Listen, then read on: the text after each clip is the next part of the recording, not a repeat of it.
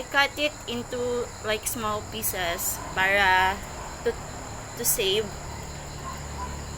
Kasi sometimes napapabayaan sa banyo, so it will make like maano siya, tawag niyan,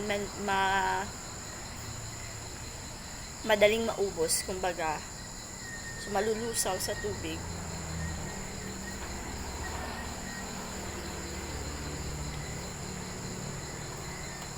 So yun. In fairness, this is the first day of mine na gagamitin ko siya. Kasi ang issue ko is yung underarm ko din mabaho.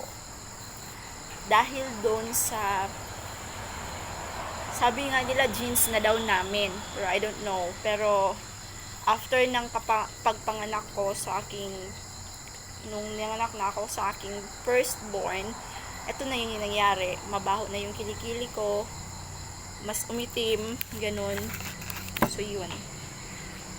So good news pala na to, guys. May tawa si niacinamide, si hey, look! Right? So, maganda siya.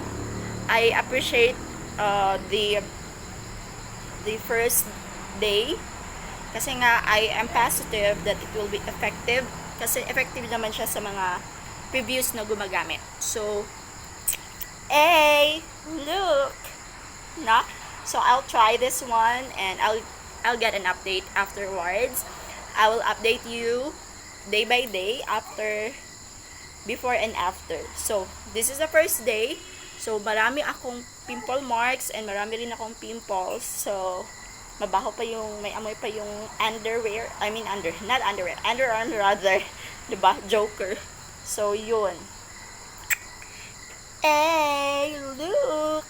Diba? So, ask me how and where I got this. The look niacinamide with tawas. So let's see you again tomorrow.